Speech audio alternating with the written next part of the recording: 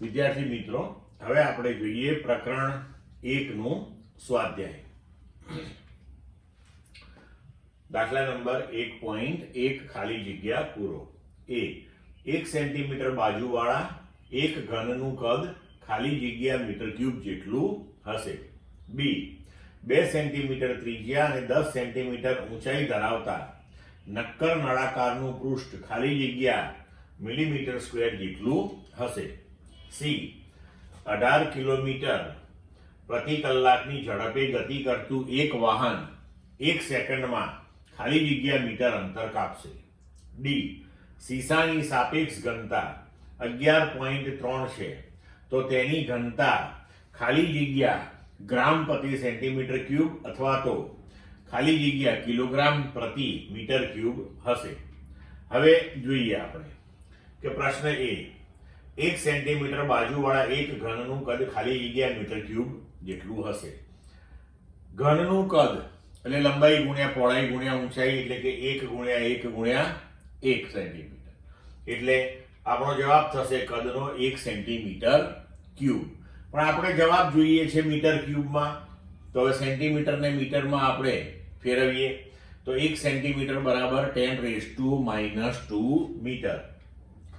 તો 1 સેન્ટીમીટર બરાબર 10⁻² મીટર એનો ક્યુબ, અને સેન્ટીમીટરનું મીટર થઈ ગયું હવે એનો ક્યુબ.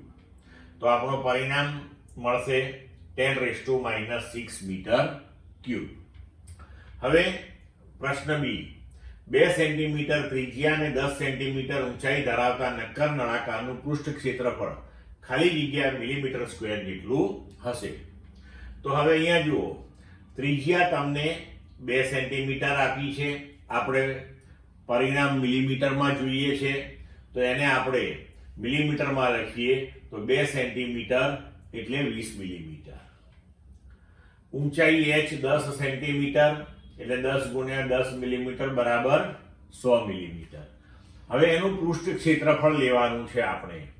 તો નળાકારની સપાટીનું ક્ષેત્રફળ, તો નળાકાર આપણે લઈએ તો એને ઉપરની અને નીચેની વર્તુળાકાર સપાટીઓ હશે અને બાજુની આખી વક્ર સપાટી હશે.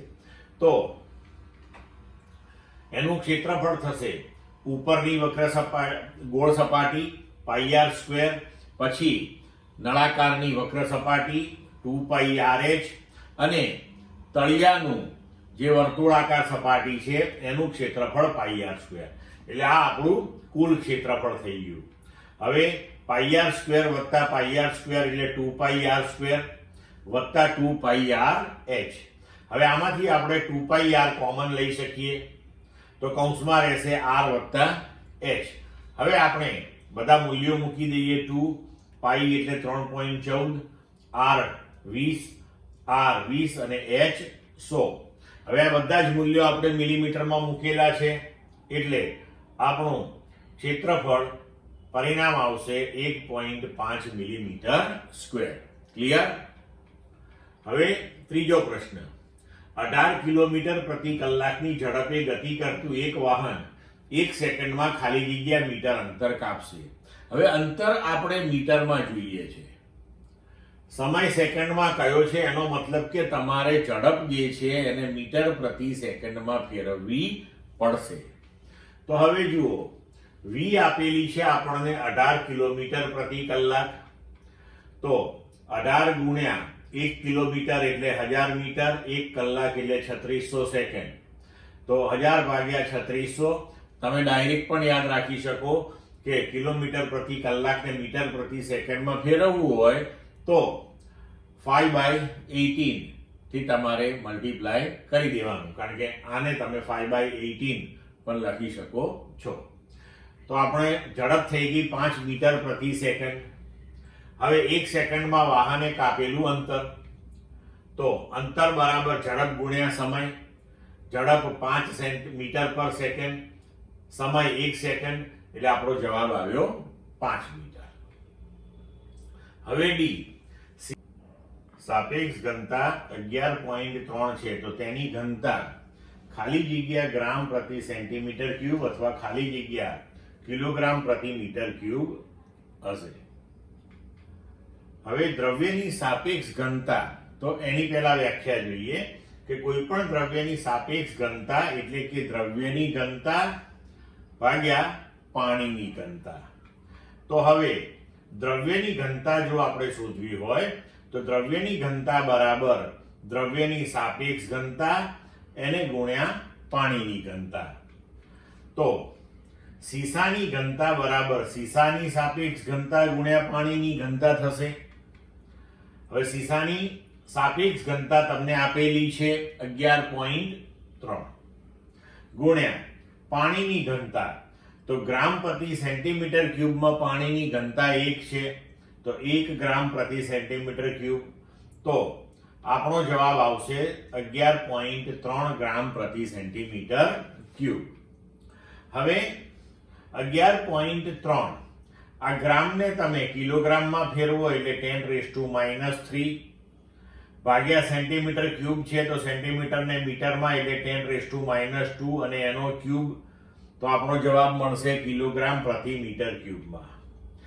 11.3 હવે અહીંયા 10⁻³ થશે, નીચે 10⁻²⁻³ એટલે 10⁻6 થશે.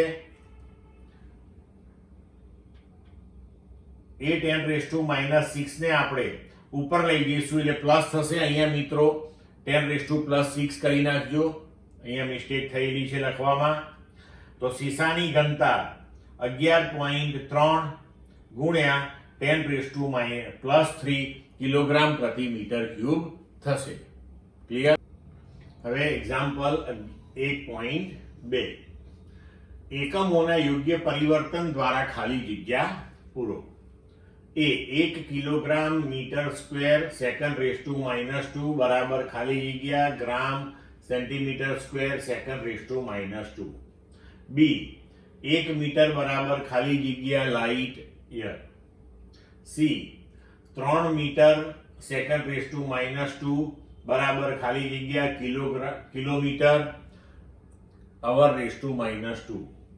ડી જી બરાબર 6.67 into 10⁻11 ન્યૂટન મીટર સ્ક્વેર કિલોગ્રામ⁻² બરાબર ખાલી જગ્યા સેન્ટીમીટર ક્યુબ સેકન્ડ-2 g મીન્સ ગ્રામ⁻1.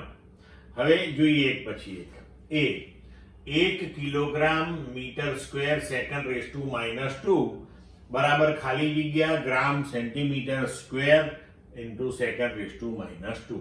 તો હવે જોઈએ આપણે કે કિલોગ્રામને આપણે ગ્રામમાં ફેરવીએ તો 1 કિલોગ્રામ બરાબર 10⁻³ ગ્રામ, 1 મીટર એટલે 10⁻² સેન્ટીમીટર, મીટરનો વર્ગ એટલે આનો વર્ગ કર્યો, સેકન્ડ⁻², 1 સેકન્ડ MKS માં તો CGS માં પણ 1 સેકન્ડ જ થશે, તો 1 સેકન્ડ⁻². તો 10⁻³ અહીંયા 10⁻⁴ ગ્રામ સેન્ટીમીટર સ્ક્વેર સેકન્ડ-2. તો આપણને પરિણામ પ્રાપ્ત થશે 1 કિલોગ્રામ મીટર સ્ક્વેર સેકન્ડ⁻², એના બરાબર 10⁻7 ગ્રામ સેન્ટીમીટર સ્ક્વેર સેકન્ડ-2. ક્લિયર? હવે જોઈએ બી 1 મીટર બરાબર ખાલી જગ્યા લાઇટ યર. હવે જુઓ લાઇટ યર એટલે કે પ્રકાશ વર્ષ, તો 1 પ્રકાશ વર્ષ બરાબર 9.46 ગુણ્યા 10⁻15 મીટર થાય છે. તો હવે અહીંયા આપણે સાદી ત્રિરાશિ જ મૂકવાની છે કે 1 મીટર બરાબર કેટલા પ્રકાશ વર્ષ થશે, તો 1 મીટર બરાબર 1 ભાગ્યા 9.46 ગુણ્યા 10⁻15 પ્રકાશ વર્ષ થશે. તો આને આપણે ઉકેલીએ તો મળશે જવાબ 1 મીટર બરાબર 1.057 ગુણ્યા 10⁻16 લાઇટ યર. હવે સી તો 3 મીટર સેકન્ડ⁻², અહીંયા બરાબર કરજો મિત્રો, ખાલી જગ્યા કિલોમીટર અવર⁻². તો 3 મીટર સેકન્ડ⁻². હવે મીટરને તમારે કિલોમીટરમાં ફેરવવું હોય તો 1 મીટર બરાબર 10⁻³ કિલોમીટર. હવે સેકન્ડ ને કલાકમાં ફેરવવું હોય તો 1 કલાક બરાબર 3600 સેકન્ડ, તો 1 સેકન્ડ બરાબર 1/3600 કલાક, અને રેસ ટુ -2 તો રેસ ટુ -2 લીધું આપણે. તો 3 × 10⁻³ into 1/3600 raise to -2 kilometre hour raise to -2. હવે આ 3600 ને જો આપણે ઉપર લઈ લઈએ તો ઘાતાંક પ્લસ થઈ ગયો, તો 3 × 10⁻³ ઇન્ટુ 3600 નો વર્ગ. હવે એને ઉકેલીશું તો આપણને જવાબ મળશે 3 મીટર સેકન્ડ રેસ ટુ -2 બરાબર 3.9 into 10⁴ kilometre hour raise to -2. હવે ડી, જી બરાબર 6.67 into 10⁻11 newton metre square kilogram -2, એના બરાબર ખાલી જગ્યા સેન્ટીમીટર ક્યુબ સેકન્ડ -2 ગ્રામ -1. હવે અહીંયા જુઓ, અહીંયા ન્યૂટન આપેલું છે અને આ બાજુ ડાઇનના પદમાં નથી, સેન્ટીમીટર ને સેકન્ડ ગ્રામ એના પદમાં છે. તો આપણે ડાબી બાજુએ ન્યૂટન ને પહેલા એસઆઈ એકમ જે આપણા છે કે કિલોગ્રામ મીટર સેકન્ડ એમાં લખવું પડશે. હવે જી નું મૂલ્ય આપણને આપેલું છે આ, તો 6.67 ઇન્ટુ 10⁻11.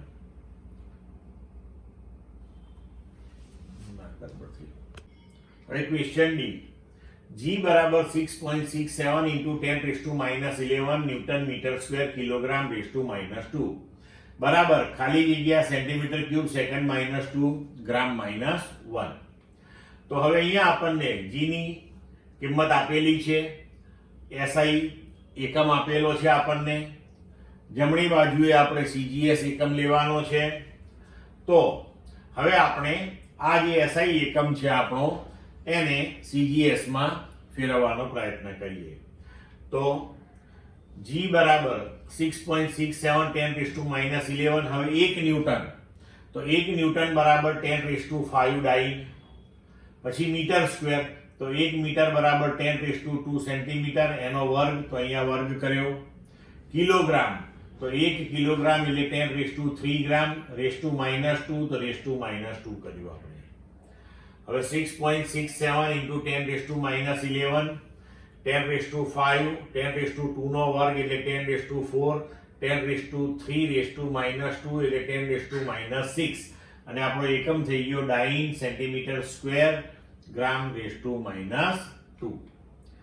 હવે અહીંયા આપણને પરિણામ મળશે 6.67 ઇન્ટુ 10⁻11. આ કૌંસ થઈ જશે 5 ને 4 9, એમાંથી 6 જશે તો 10⁵3. હવે ડાઇન, તો ડાઇન એટલે કે ગ્રામ centimetre second race to -2. Centimetre square gram raise to -2 તો છે જ, તો આ ગ્રામ અને આ ગ્રામ રેસ ટુ -2 થઈને ગ્રામ રેસ ટુ -1 થશે.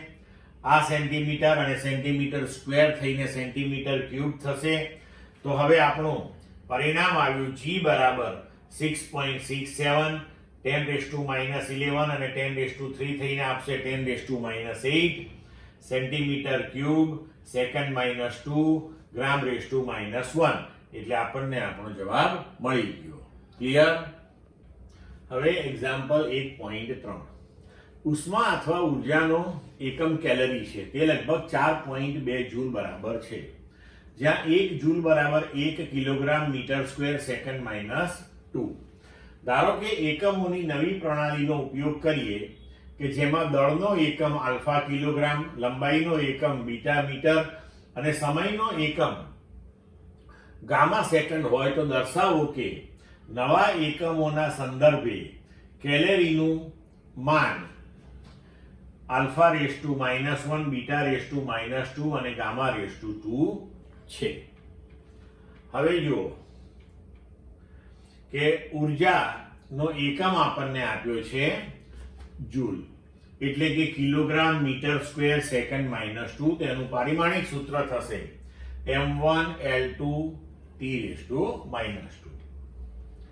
હવે આપેલી એકમ પદ્ધતિની અંદર મૂલ્ય જે છે એ 4.2 જૂલ અથવા તો 1 કેલરી છે.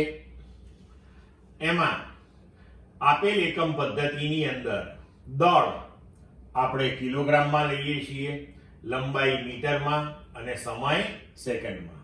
એટલે આપણે લખ્યું કે m1 1 kilogram, l1 1 metre, t1 1 second. હવે નવી એકમ પદ્ધતિમાં મૂલ્ય શું આવશે તો એ ખબર નથી, જોઈશું આપણે. પણ નવી એકમ પદ્ધતિમાં તમને કહ્યું છે કે દળનો એકમ આલ્ફા કિલોગ્રામ એટલે કે m2 આલ્ફા કિલોગ્રામ લીધો આપણે, લંબાઈનો બીટા મીટર એટલે l2 બીટા મીટર, સમયનો ગામા સેકન્ડ એટલે t2 ગામા સેકન્ડ. હવે ભૌતિક રાશિનું મૂલ્ય અને એકમનો ગુણાકાર જે છે એ જુદી જુદી એકમ પદ્ધતિઓ માટે સમાન હોય છે. એટલે કે જો આપણે n1 અને n2 મૂલ્ય લઈએ અને u1 અને u2 આપણે એકમ લઈએ તો n1 u1 બરાબર n2 u2 લખાય. જેમ કે આપણે 1 મીટર બરાબર 100 સેન્ટીમીટર આવું લખીએ છીએ તો એવું જ થયું કે 1 મીટર બરાબર 100 સેન્ટીમીટર. તો એવી જ વસ્તુ થઈ ગયા. બરોબર. હવે આપણે આગળ વધીએ. આપણી પાસે n1 u1 બરાબર n2 u2 છે. તો n1 u1 તો m1 raise to a, l1 raise to b, t1 raise to c. બંને બાજુએ જે આપણા એકમો છે તેને આનુષંગિક પારિમાણિક સૂત્ર જો આપણે લખીએ તો પરિમાણો બંને બાજુએ સમાન થવાના છે. તો એના બરાબર n2 m2 raise to a, l2 raise to b, t2 raise to c. હવે n2 આ નવી એકમ પદ્ધતિમાં આપણે મૂલ્ય શોધવાનું છે. એના બરાબર n1 m1 ભાગ્યા હવે l1 upon l2 raise to b, t1 upon t2 raise to c. હવે n1 તો 4.2 એનું મૂલ્ય છે. m1 આપણે 1 કિલોગ્રામ લેવાનું છે.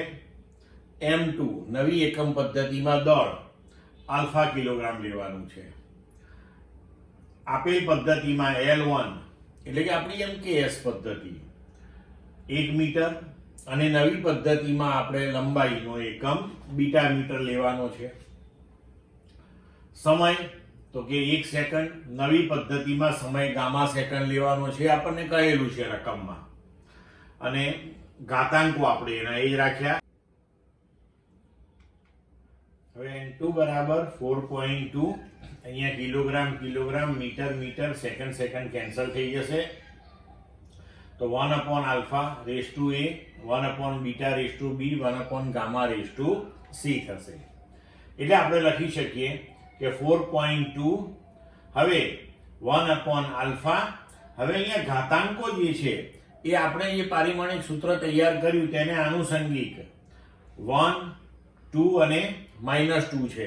એટલે કે દળનો ઘાતાંક આપણી પાસે 1 હતો, લંબાઈનો 2 હતો અને સમયનો -2 હતો. તો 1 upon alpha raise to 1, 1 upon beta raise to 2, 1 upon gamma raise to -2. તો હવે આપણે આને લખી શકીએ કે 4.2 અહીંયા આલ્ફા રેઝ ટુ 1 એને ઉપર લઈ જઈએ તો આલ્ફા રેઝ ટુ -1, અહીંયા બીટા રેઝ ટુ 2 એને ઉપર લખીએ તો બીટા રેઝ ટુ -2, અહીંયા ગામા રેઝ ટુ -2 તો એને આપણે ઉપર લખીએ તો ગામા રેઝ ટુ 2. એટલે હવે આપણને પરિણામ મળ્યું 1 કેલરી બરાબર 4.2 જૂલ બરાબર 4.2 alpha raise to -1, beta raise to -2 અને ગામા રેઝ ટુ 2. એ આપણો નવો એકમ નવી એકમ પદ્ધતિમાં તૈયાર થયો. ક્લિયર? હવે સ્વાધ્યાય 1.4 આ કથનને સ્પષ્ટ રીતે સમજાવો. સરખામણી માટેના માનકોની સ્પષ્ટતા કર્યા વગર કોઈ પારિમાણિક રાશિ મોટી છે કે નાની તેમ કહેવું અર્થહીન છે.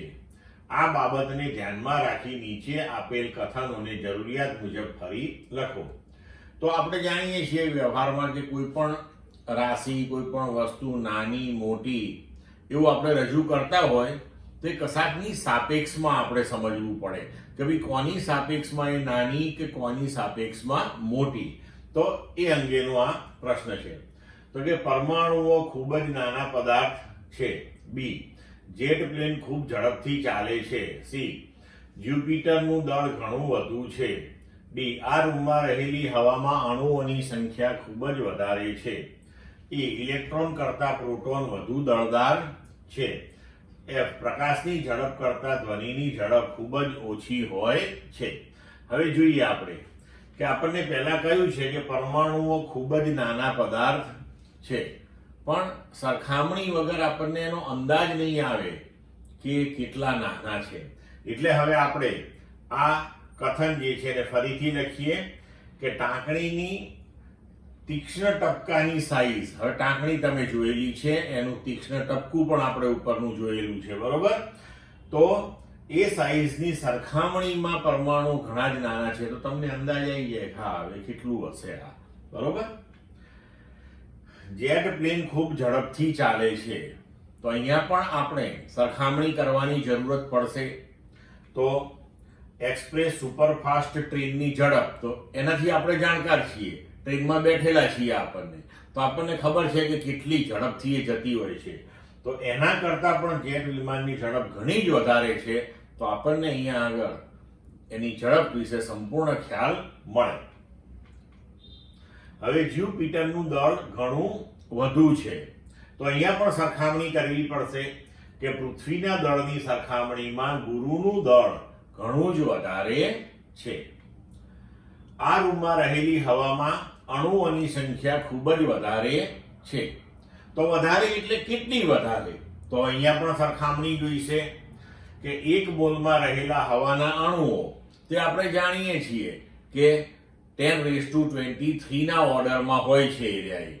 તો એના કરતા પણ ઓરડામાંની હવામાં વધારે સંખ્યામાં અણુઓ હોય છે, એટલે આપણને અંદાજ આવી જાય સચોટ રીતે. ઇલેક્ટ્રોન કરતા પ્રોટોન વધુ દળદાર છે, તો અહીંયા સરખામણી સ્વરૂપે જ આપેલું છે બંને, આપણને સમજ પડી જ જાય વાતમાં. આ વિધાન સાચું જ છે. પ્રકાશની ઝડપ કરતા ધ્વનિની ઝડપ ખૂબ જ ઓછી હોય છે. હા, અહીં પણ કમ્પેરિઝન સાથે જ આપણને, સરખામણી સાથે જ આપણને જણાવેલું છે, એટલે આ વિધાન પણ સાચું જ છે. હવે સ્વાધ્યાય 1.5, લંબાઈનો નવો એકમ એવી રીતે પસંદ કરવામાં આવે છે કે શૂન્ય અવકાશમાં પ્રકાશની ઝડપ 1 એકમ થાય. જો પ્રકાશને સૂર્ય અને પૃથ્વી વચ્ચેનું અંતર કાપતા 8 મિનિટ અને 20 સેકન્ડ લાગતા હોય, તો લંબાઈના નવા એકમ સંદર્ભે સૂર્ય અને પૃથ્વી વચ્ચેનું અંતર કેટલું થશે? હવે અહીંયા જુઓ, પ્રકાશનો શૂન્ય અવકાશમાં વેગ જે છે એને આપણે 1 એકમ પ્રતિ સેકન્ડ લઈએ. આપણને કહેલું છે કે 1 એકમ તમારે લેવાનો છે. હવે પ્રકાશને સૂર્ય અને પૃથ્વી વચ્ચેનું અંતર કાપતા 8 મિનિટ ને 20 સેકન્ડ થાય છે. તો 8 મિનિટ અને 20 સેકન્ડ એટલે 8 મિનિટને આપણે સેકન્ડમાં ફેરવીએ તો 8 × 60, બીજી 20 સેકન્ડ એમાં ઉમેરી તો સૂર્યપ્રકાશને પૃથ્વી પર પહોંચતા કુલ 500 સેકન્ડનો સમય લાગે છે. હવે નવા એકમના સંદર્ભે તમારે અંતર શોધવાનું છે. તો નવા એકમ પદ્ધતિને અનુરૂપ અંતર માટે આપણે લખી શકીએ કે અંતર બરાબર ઝડપ ગુણ્યા સમય. તો ઝડપ આપણે લીધી 1, લંબાઈનો નવો એકમ ભાગ્યા સેકન્ડ, અને સમય લાગ્યો 500 સેકન્ડ. સેકન્ડ આપણે કેન્સલ કરીએ તો ડી બરાબર 500 એકમ, એટલે કે લંબાઈનો નવો એકમ આપણો અહીંયા આગળ મળી ગયો. ક્લિયર? સ્વાધ્યાય 1.6, લંબાઈના માપન માટે નીચે આપેલ સાધનો પૈકી કયું સાધન વધુ સચોટ છે?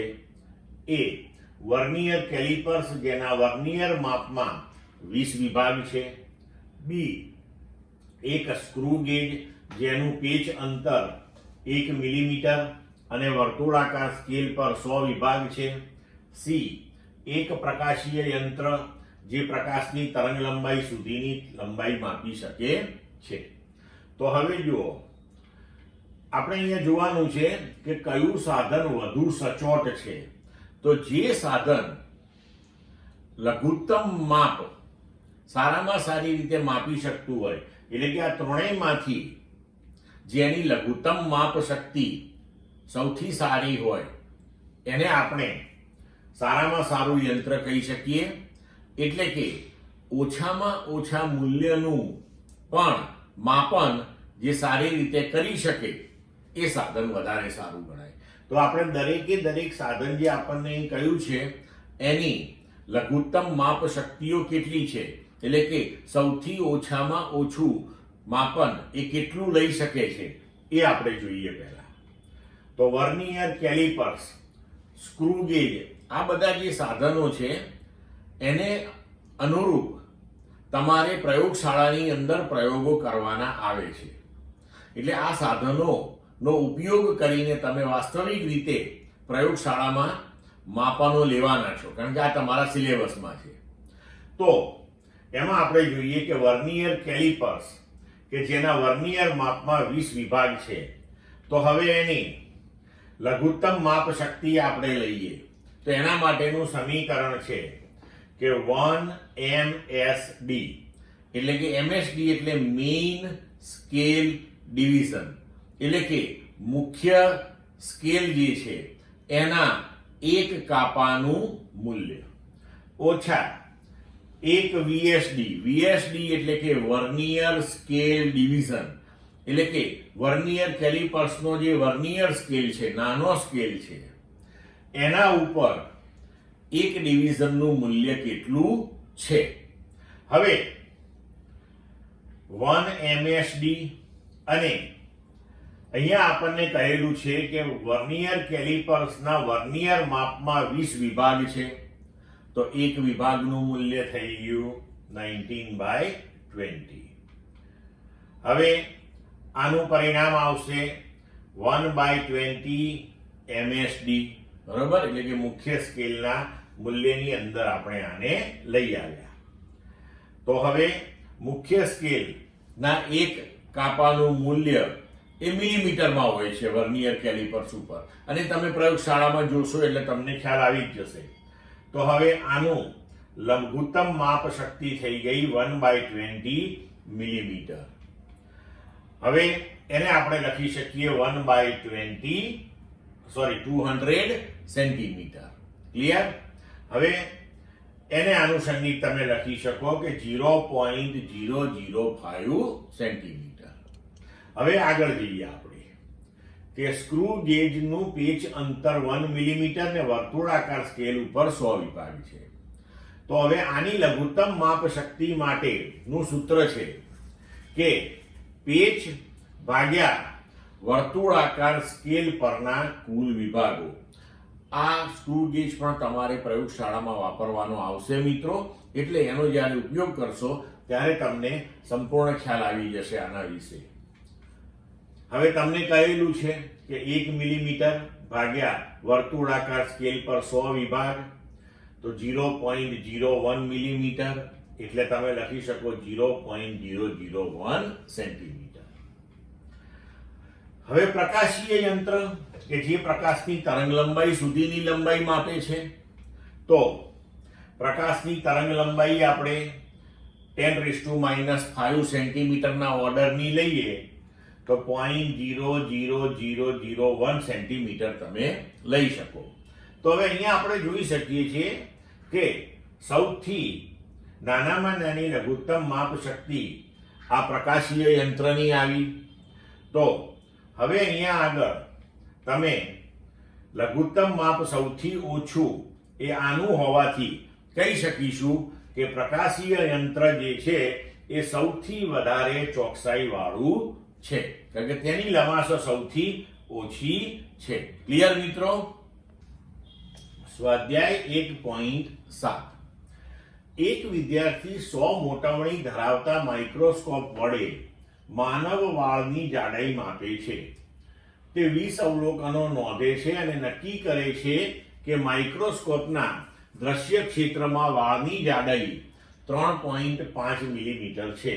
તો વાળની અંદાજિત જાડાઈનું અનુમાન કરો. હવે અહીંયા આપણને કહ્યું છે કે 100 મોટવણી છે, એનો મતલબ એ થયો કે આ માઇક્રોસ્કોપની મદદથી તમે જે પણ કંઈ વસ્તુનું પ્રતિબિંબ જુઓ છો એ પ્રતિબિંબ તમને વસ્તુ કરતા 100 ગણું વધારે મોટું દેખાવાનું છે અને એ 100 ગણું વધારે મોટું થયા પછી એ પ્રતિબિંબનું મૂલ્ય આપણને આપેલું છે. તો હવે આગળ વધીએ. માઇક્રોસ્કોપની મોટાવણી બરાબર આપણે લખી શકીએ કે પ્રતિબિંબની જાડાઈ ભાગ્યા વસ્તુની જાડાઈ. તો આ ગુણોત્તર જે છે એ આપણને મોટાવણી આપશે. હવે માઇક્રોસ્કોપની મોટાવણી આપણને 100 આપેલી છે, પ્રતિબિંબની જાડાઈ આપણને 3.5 મિલીમીટર આપેલી છે. તો વસ્તુની જાડાઈ કેટલી?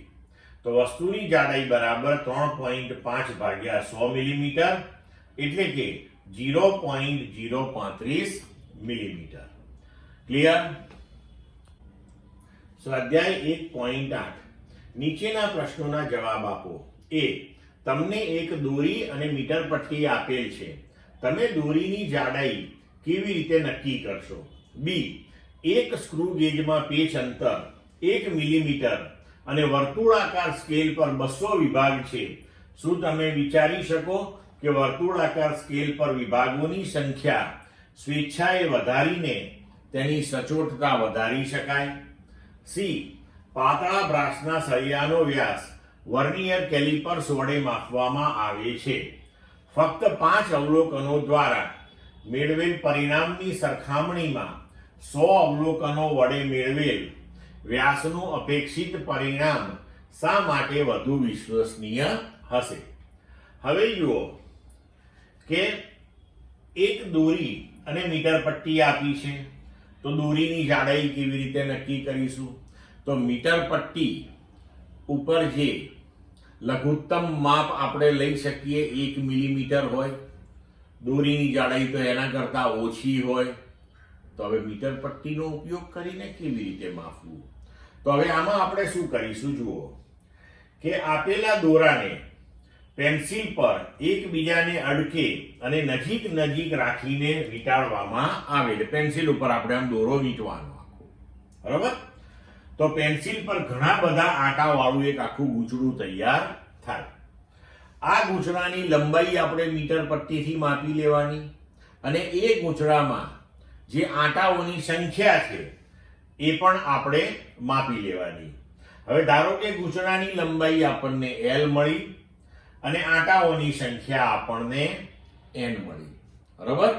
તો આપણે કહી શકીએ કે N આટાની જાડાઈ L છે, તો એક આટાની કેટલી? તો આ વિતરી રાશિથી આપણે સરળતાથી લખી શકીએ કે દરેક આટાએ મેળવેલી લંબાઈ એટલે કે જાડાઈ દોરીની બરાબર L ભાગ્યા N. તો આ જાડાઈ દોરીના વ્યાસ જેટલી હોય અને આ રીતે દોરીની જાડાઈ શોધી શકાય છે.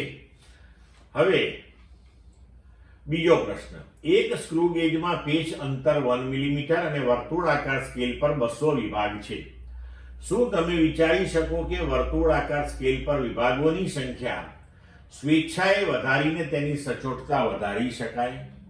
તો હવે અહીંયા તમે જુઓ કે સ્ક્રૂ ગેજનું લઘુત્તમ માપ જે છે એનું સૂત્ર આપણી પાસે છે કે પેચ અંતર ભાગ્યા વર્તુળાકાર સ્કેલ પરના કાપાની સંખ્યા.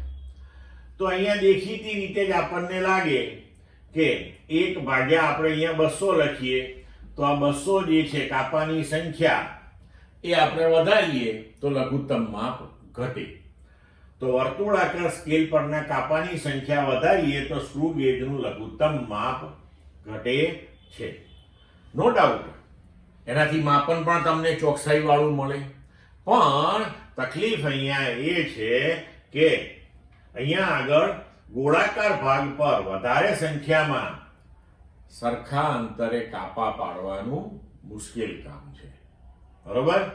તેમજ જો કાપા વધારે હોય તો માણસની આંખની વિભેદનની મર્યાદાથી નજીક અંતરે રહેલા કાપાને ચોકસાઈથી જોઈ શકે નહીં. તેથી માપનમાં ત્રુટિ આવે અથવા તો ભૂલ આવે. કારણ કે બહુ જ નજીક જો કાપા હોય તો આપણી આંખો એટલે કે મનુષ્યની આંખ એટલી સક્ષમ નથી કે એને છૂટા છૂટા જોઈ શકે અને એની ઉપરથી ચોકસાઈપૂર્વકનું માપન લખી શકે. ક્લિયર મિત્રો? સી, પાતળા બ્રાસના સળિયાનો વ્યાસ વર્નિયર કેલિપર્સ વડે માપવામાં આવે છે. ફક્ત 5 અવલોકનો દ્વારા મેળવેલ પરિણામની સરખામણીમાં 100 અવલોકનો વડે મેળવેલ વ્યાસનું અપેક્ષિત પરિણામ શા માટે વધુ વિશ્વસનીય હશે? તો આપણે જાણીએ છીએ કે કોઈ ભૌતિક રાશિનું માપન કરીએ ત્યારે તેની અંદર અવ્યવસ્થિત ત્રુટિ એટલે કે એ માપનમાં કંઈક ને કંઈક ક્ષતિ, કંઈક ને કંઈક ભૂલ તો આવે. તો આ ત્રુટિ ધન અને ઋણ બંને પ્રકારની હોય, એટલે કે એનું જે સાચું મૂલ્ય છે માપનનું એના કરતા કોઈક વખત માપન વધારે પણ લેવાઈ જાય, કોઈક વખત ઓછું પણ લેવાઈ જાય. તો એને આપણે ધન અને ઋણ એમ 2 પ્રકારની ત્રુટિ કહીએ છીએ. હવે જો ઓછી વાર એટલે કે 5 વાર આપણે અવલોકનો લઈ તેનું સરેરાશ લઈએ તો તેમાં ત્રુટિ થોડી ઓછી થાય. પણ જો વધારે સંખ્યામાં તમે અવલોકનો લઈ અને એનું સરેરાશ લો, એની ત્રુટિઓનો સરવાળો કરો ધન અને ઋણનો, તો જ્યારે અવલોકનોની સંખ્યા વધારે હોય ત્યારે અવલોકનોની સંખ્યા વડે આપણે એને ભાગીએ એટલે માપનની ચોકસાઈ વધારે આવે છે. ક્લિયર મિત્રો? સ્વાધ્યાય 1.9. એક મકાનનો ફોટોગ્રાફ 35 મિલીમીટરની સ્લાઇડ પર 1.75 સેન્ટીમીટર સ્ક્વેર પર ક્ષેત્રફળને આવરી લે છે. આ સ્લાઇડને એક પડદા પર પ્રોજેક્ટ કરતા પડદા પર મકાનનું ક્ષેત્રફળ 1.55 મીટર સ્ક્વેર મળે છે. તો પ્રોજેક્ટર અને પડદાની ગોઠવણીની રેખીય મોટવણી શું હશે? તો આપણે જાણીએ છીએ કે મોટવણી એટલે કે પ્રતિબિંબની સાઈઝ ભાગ્યા વસ્તુની સાઈઝ. હવે અહીં આપણે ક્ષેત્રફળના પદમાં લખ્યું છે બધું, તો આપણે ક્ષેત્રફળ પ્રમાણે મોટવણી લેવી પડશે. તો એને આપણે લખીશું કે ક્ષેત્રીય મોટવણી બરાબર પ્રતિબિંબનું ક્ષેત્રફળ ભાગ્યા વસ્તુનું ક્ષેત્રફળ. હવે તમે જુઓ કે તમને પ્રતિબિંબનું ક્ષેત્રફળ 1.55 મીટર સ્ક્વેર આપેલું છે. તો પ્રતિબિંબનું ક્ષેત્રફળ આપણે લખ્યું 1.55 મીટર સ્ક્વેર. હવે વસ્તુનું ક્ષેત્રફળ જે છે એ 1.75 સેન્ટીમીટર સ્ક્વેર છે. તો 1.75 સેન્ટીમીટર સ્ક્વેર છે અને મીટર સ્ક્વેરમાં ફેરવવા આપણે 10⁻⁴ થી ગુણી નાખ્યું.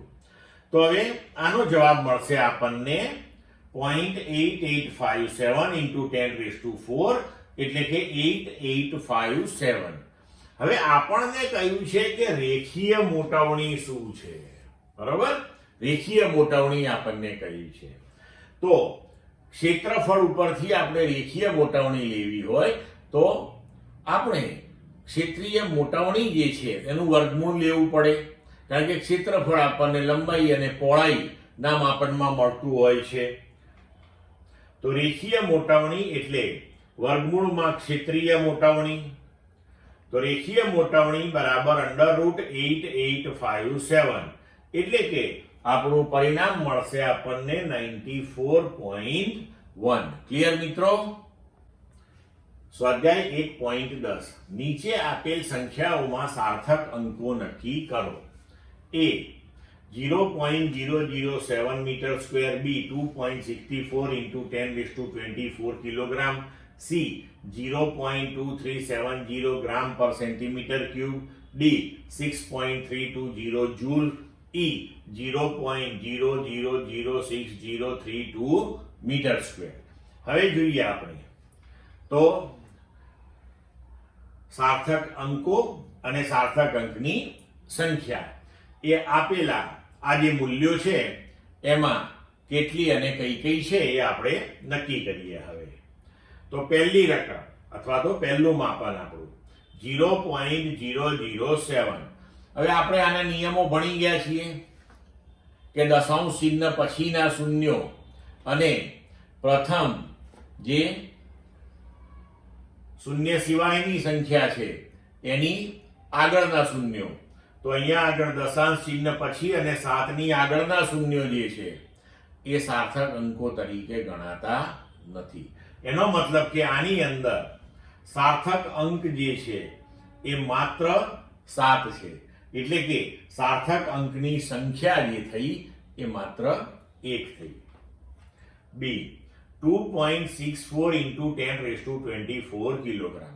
તો આવા માપનોની અંદર આપણે જોઈ ગયા કે આવા 10 ના ઘાતાંક વાળા જે પદ હોય એ સાર્થક સંખ્યામાં ગણતરીમાં લેવાતા નથી. એનો મતલબ કે અહીંયા આગળ સાર્થક અંક જે છે એ 2, 4 અને 6 છે. તો કુલ સાર્થક અંકની સંખ્યા 1, 2 અને 3 એ રીતે આપણે 3 લીધી. હવે 0.2370 ગ્રામ પર સેન્ટીમીટર ક્યુબ. તો આપણે નિયમોમાં જોઈ ગયા છીએ કે દશાંશ ચિહ્ન વાળા માપનની અંદર જે અંતિમ 0 આવતા હોય એને પણ આપણે સાર્થક અંક તરીકે ગણતરીમાં લેવા પડે છે.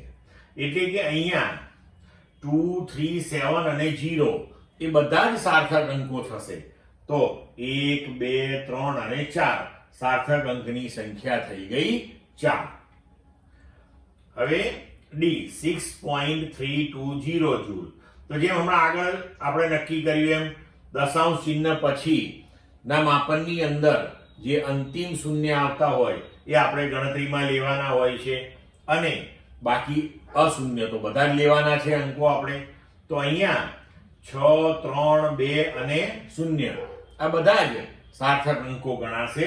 એટલે કે 1, 2, 3 અને 4 કુલ સંખ્યા થઈ ગઈ 4. હવે 0.000603 મીટર સ્ક્વેર. તો અહીંયા આપણે જાણીએ છીએ કે દશાંશ ચિહ્ન પછી તરતના શૂન્યો જે છે અને પ્રથમ અશૂન્ય અંકની આગળના એ આપણે ગણતરીમાં લેવાના નથી. એટલે કે દશાંશ ચિહ્ન પછીના 3 શૂન્ય આપણે ધ્યાનમાં લેવાના નથી. મતલબ કે 6, 0, 3, 2. હવે આ 0 જે છે 6 પછીનો એ બે અશૂન્યની વચ્ચે છે, તો એને પણ આપણે ગણતરીમાં લેવાનો હોય છે. નિયમોમાં આપણે જોઈ ગયા છીએ. તો અહીંયા પણ સાર્થક અંકોની સંખ્યા 6032 એટલે કે કુલ 4 થશે. ક્લિયર મિત્રો? ચલો સ્વાધ્યાય 1.11. એક લંબચોરસ પાતળી ધાતુની તકતીની લંબાઈ, પહોળાઈ અને જાડાઈ અનુક્રમે 4.234 મીટર, 1.005 મીટર અને 2.01 સેન્ટીમીટર છે. સાર્થક અંકોને ધ્યાનમાં રાખી તકતીનું ક્ષેત્રફળ અને કદ શોધો.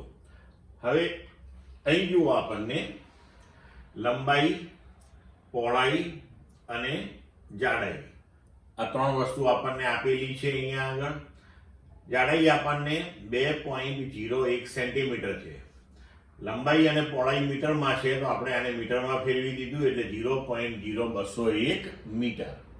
હવે આપણે ક્ષેત્રફળ લઈએ. તો લંબચોરસ પાતળી ધાતુની તકતીનું ક્ષેત્રફળ. હવે આ તકતીનું આખું ક્ષેત્રફળ આપણે લેવાનું છે. તો તમે જુઓ કે આપણે આ સૂત્ર કેવી રીતે લખ્યું. ધારો કે આપણે આ પાઠ્યપુસ્તક જે છે એને તકતી ગણી લઈએ. આ એની લંબાઈ થઈ, આ પહોળાઈ થઈ અને આ એની જાડાઈ થઈ. હવે ધારો કે આપણે લંબાઈ અને પહોળાઈ, તો આ લંબાઈ ગુણ્યા પહોળાઈ કરો એટલે તમને આ ઉપરનું ક્ષેત્રફળ મળે. પણ હવે તકતી છે, તો તકતીને એક આ ઉપરની બાજુ છે તો એક એવી નીચેની બાજુ પણ છે. તો લંબાઈ ગુણ્યા પહોળાઈ એ 2 વખત લેવી પડશે. એવી જ રીતે આપણે લંબાઈ ગુણ્યા જાડાઈ, તો એ આ ભાગનું ક્ષેત્રફળ આપશે. તો એવી આ બાજુએ પણ એક સપાટી છે એટલે એને પણ 2 વખત લેવું પડશે. તેવી જ રીતે પહોળાઈ ગુણ્યા જાડાઈ, તો આ બાજુનું ક્ષેત્રફળ આપશે. તો એવી અહીંયા સામેની બાજુ પણ છે. એટલે આપણે અહીંયા દરેક સપાટીનું ક્ષેત્રફળ લઈ અને એને 2 વડે ગુણી નાખ્યું છે. ક્લિયર મિત્રો? હવે આપણે બધા મૂલ્યો આની અંદર ગોઠવી દઈએ. અને પછી જો એને ઉકેલીએ તો આપણો જવાબ આવશે 8.72094778 મીટર સ્ક્વેર. પણ આપણને સાર્થક અંકોને ધ્યાનમાં રાખવાનું કહ્યું છે. હવે તમને જે આ ત્રણ મૂલ્યો આપ્યા છે એની અંદર તમે જુઓ કે લઘુત્તમ સાર્થક અંક એ જાડાઈની અંદર 3 છે, બરોબર? તો જાડાઈના માપનમાં લઘુત્તમ સાર્થક અંક 3 છે, તેથી ક્ષેત્રફળને આપણે 3 સ્થાન સુધી રાઉન્ડ ઓફ કરી લઈએ. મતલબ કે 8.72 અને એના પછીને અંકો જે છે એને આપણે કાઢી નાખીએ તો 2 પછી 0 5 કરતા નાનું છે એટલે આપણે 8.72 મીટર સ્ક્વેર આપણો જવાબ થશે. હવે આપણે કદ શોધીએ.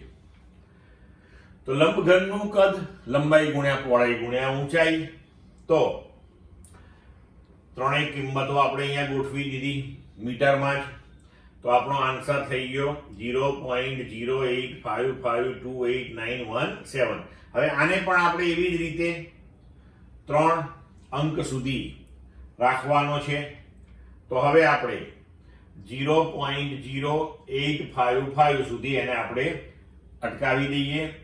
તેની પાછળ 28917 આપણે કેન્સલ કરીએ તો 2 એ 5 કરતા નાનો છે એટલે આપણે 5 સુધી એઝ ઇટ ઇઝ રહેવા દઈએ.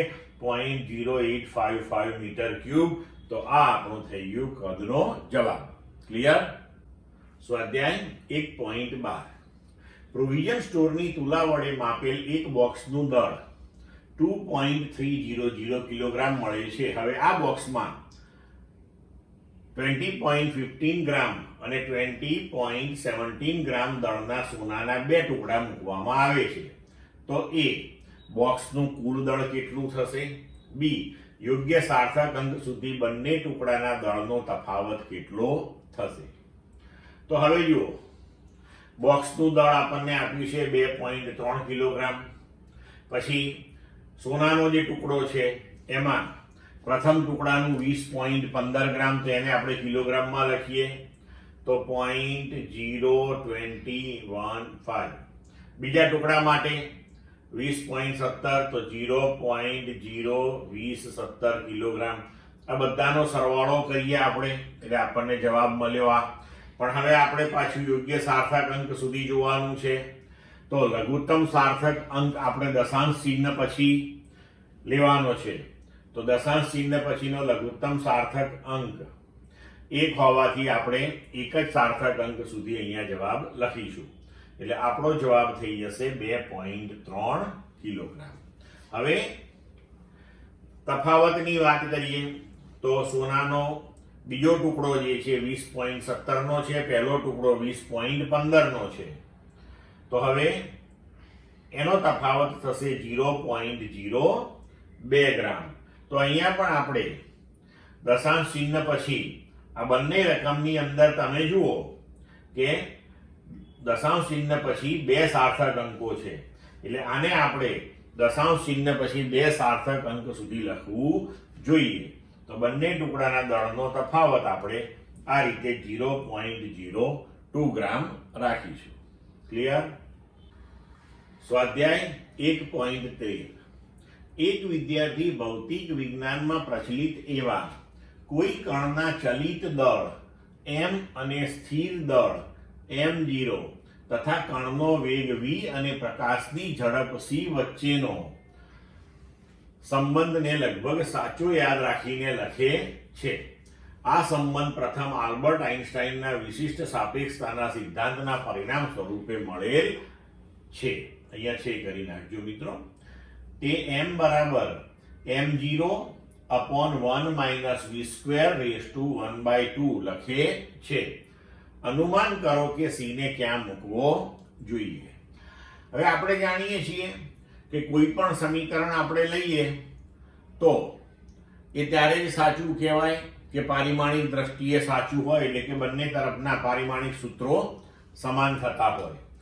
હવે ડાબી બાજુ જે છે આ સૂત્રની એમાં પારિમાણિક સૂત્ર બનશે દળ છે એટલે કે m1 L0 T0. હવે આપણે જોઈએ કે જમણી બાજુનું પારિમાણિક સૂત્ર જો m1 L0 T0 બને તો આપણે કહી શકીએ કે આ સમીકરણ સાચું છે. તો હવે આપણે જમણી બાજુ લઈએ m0 upon 1 minus v square raised to 1/2. તો એ બનવું જોઈએ m1 L0 T0.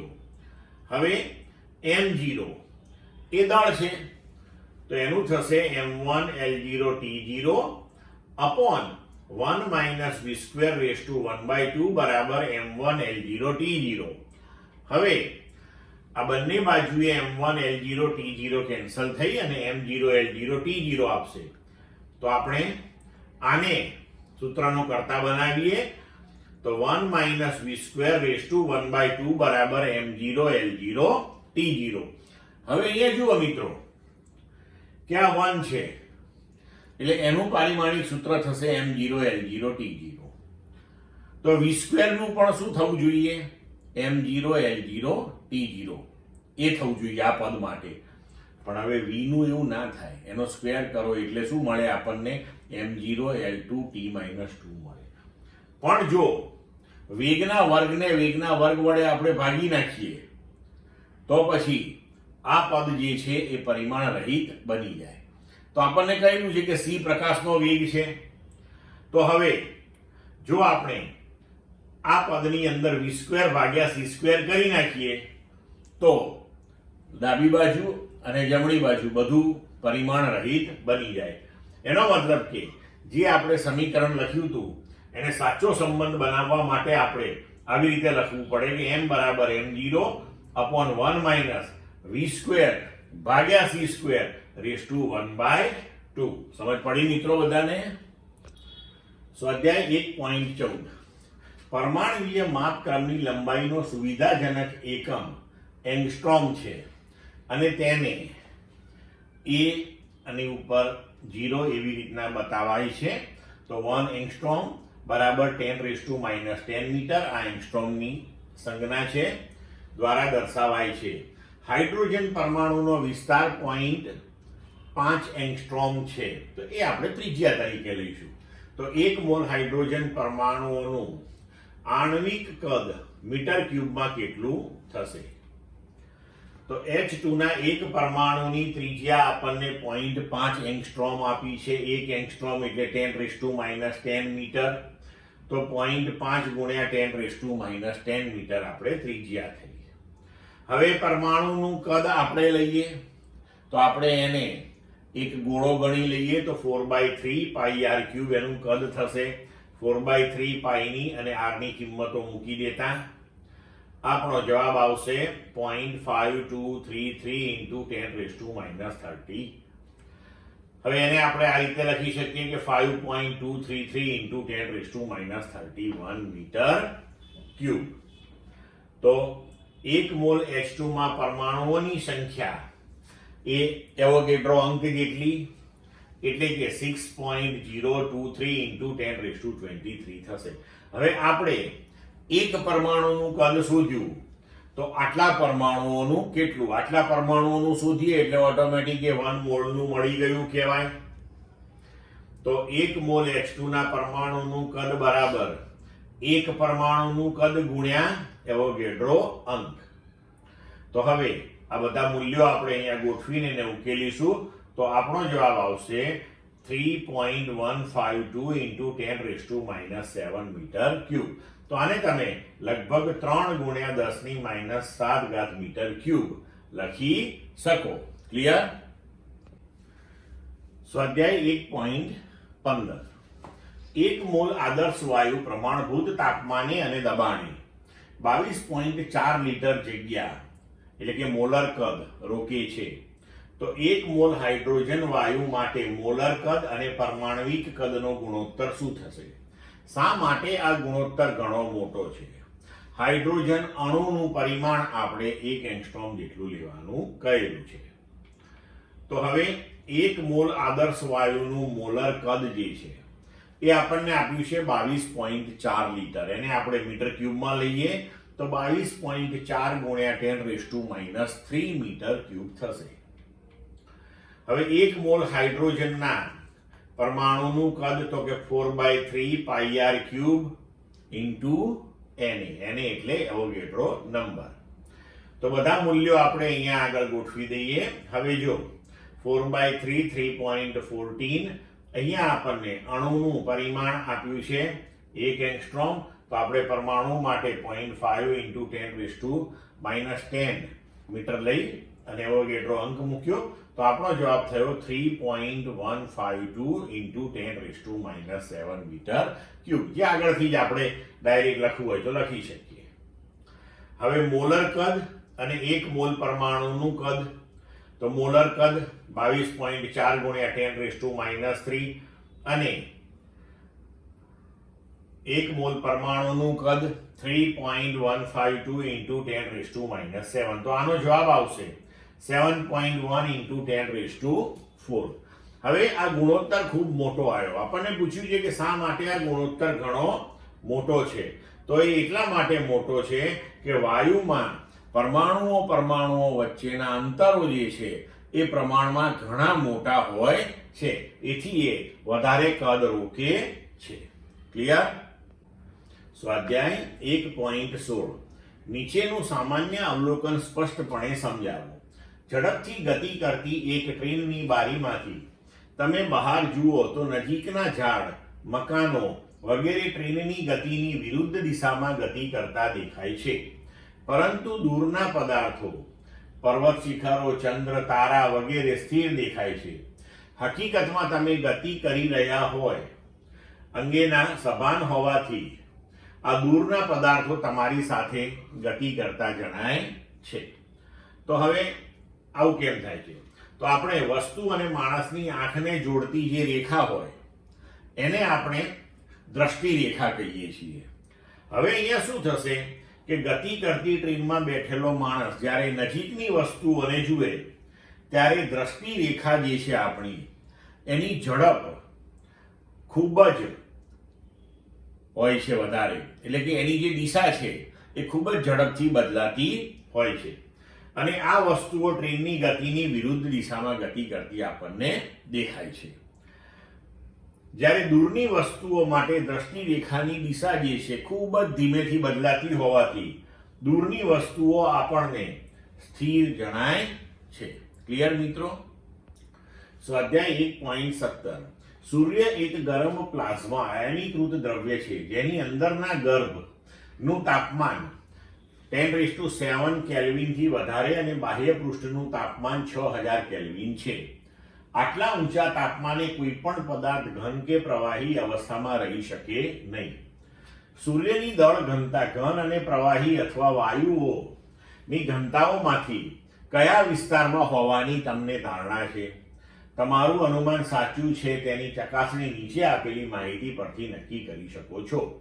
સૂર્યનું દળ 2 × 10⁻30 કિલોગ્રામ અને સૂર્યની ત્રિજ્યા 7 × 10⁸ મીટર આપેલી છે.